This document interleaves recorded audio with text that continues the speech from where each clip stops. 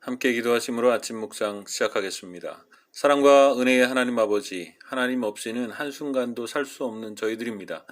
오늘 하루도 하나님의 은혜를 구하고 그 은혜를 의지하며 살아갑니다. 다른 것에서 우리의 은혜를 구하며 살지 않도록 인도해 주시옵소서. 이 시간도 영광 받아 주시기를 원하오며 예수 그리스도의 이름으로 기도하옵나이다. 아멘. 이 시간 함께 찬송가 453장 찬송하겠습니다.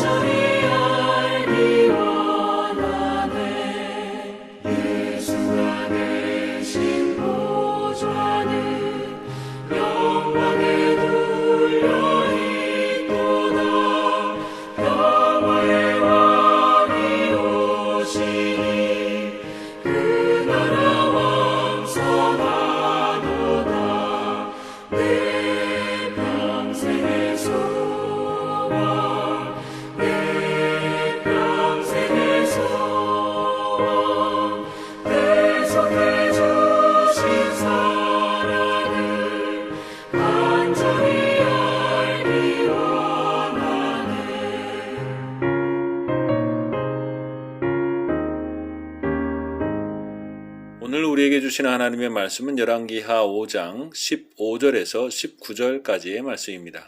나아만이 모든 군대와 함께 하나님의 사람에게로 돌아와서 그의 앞에 서서 이르되 내가 이제 이스라엘 외에는 온 천하에 신이 없는 줄을 아나이다. 청하건대 당신의 종에게서 예물을 받으소서 하니 이르되 내가 섬기는 여호와께서 살아계심을 두고 맹세하노니 내가 그 앞에서 받지 아니하리라 하였더라. 나아만이 받으라고 강권하되 그가 거절하니라. 나아만이 이르되 그러면 청하건대 노새 2마리의 실을 흙을 당신의 종에게 주소서. 이제부터는 종이 번제물과 다른 희생제사를 여호와 외 다른 신에게는 드리지 아니하고 다만 여호와께 드리겠나이다. 오직 한 가지 일이 있사오니 여호와께서 당신의 종을 용서하시기를 원하나이다. 곧 내 주인께서 림몬의 신당에 들어가 거기서 경배하며 그가 내 손을 의지하심에 내가 림몬의 신당에서 몸을 굽히오니 내가 림몬의 신당에서 몸을 굽힐 때에 여호와께서 이 일에 대하여 당신의 종을 용서하시기를 원하나이다 하니 엘리사가 이르되 너는 평안히 가라 하니라. 그가 엘리사를 떠나 조금 가니라. 한국의 전통적인 무속신앙과 정서 속에서 이런 이야기를 들어본 적이 있을 것입니다. 그 무당 참 용하더라. 그것이 우리의 종교적인 정서 속에 뿌리박혀 있습니다. 그곳에 어떤 신은 존재하지 않습니다. 그 어떤 신을 대리한 샤만, 무당만 있을 뿐입니다. 이 정서대로 오늘의 말씀을 읽노라면 엘리사야말로 참으로 용한 사람일 것입니다. 그러나 오늘 나아만은 이렇게 이야기합니다. 이 이야기는 우리의 기독교 신앙의 근간이 되는 말씀이 될 정도로 소중한 말씀입니다. 나아만의 입을 통해서 고백되어져서 그렇지 성경은 처음부터 마지막까지 이 말씀을 우리에게 전해주고 계십니다. 그러나 때로 우리는 그 말씀을 놓치고 살아갈 때가 있는데요. 오늘 나아만 장군은 엘리사 선지자님 참 용하십니다. 우리나라에는 당신만큼 용한 사람이 없습니다. 대단하십니다. 이 예물을 받으십시오 라고 이야기하지 않았습니다. 대신 나아만은 이렇게 이야기합니다. 오늘 15절에 보면 나아만이 모든 군대와 함께 하나님의 사람에게로 돌아와서 그의 앞에 서서 이르되 내가 이제 이스라엘 외에는 온 천하에 신이 없는 줄을 아나이다. 나아만 장군이 알고 고백하게 되는 것은 우상이 아닌 살아계신 신, 바로 하나님이었습니다. 그래서 엘리사도 예물을 받지 않았습니다. 왜냐하면 그가 한 일이 아니기 때문입니다. 그의 능력이 아니기 때문입니다. 그러고 보면 8절에 이스라엘에 선지자가 있다라는 것을 보여주겠습니다 하는 건 역시 자신을 나타내는 것이 아니라 하나님에 대한 이야기인 것을 우리가 알 수 있게 됩니다. 오늘의 이 고백은 이스라엘 왕과 이스라엘 백성에게서 들려져야 할 고백이었습니다. 그러나 오늘 이 고백이 도리어 이방인의 입에서 나오고 있다는 사실입니다.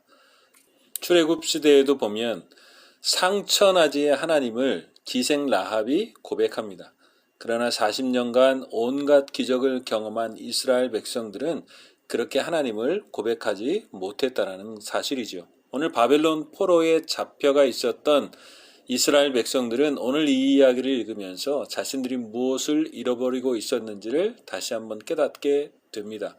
그리고 오늘 바벨론에 나와 살면서 마르뚝이라는 신을 섬기게 되지만 그 신은 아무것도 아니며 오히려 하나님이 참 신이신 것을 오늘 말씀을 통해서 다시 한번 깨닫게 된다는 것이죠. 그래서 오늘 나아만의 고백은 참으로 중요한 고백이 됩니다. 나아만이 모든 군대와 함께 하나님의 사람에게로 돌아와서 그의 앞에 서서 이르되 내가 이제 이스라엘 외에는 온 천하에 신이 없는 줄을 아나이다. 우리는 어떻게 살까요? 우리도 신앙생활하면서 어떤 문제로 하나님 앞에 기도하며 나아갈 때가 있습니다. 나오지 않던 새벽 기도도 나오고 작정 기도도 해봅니다.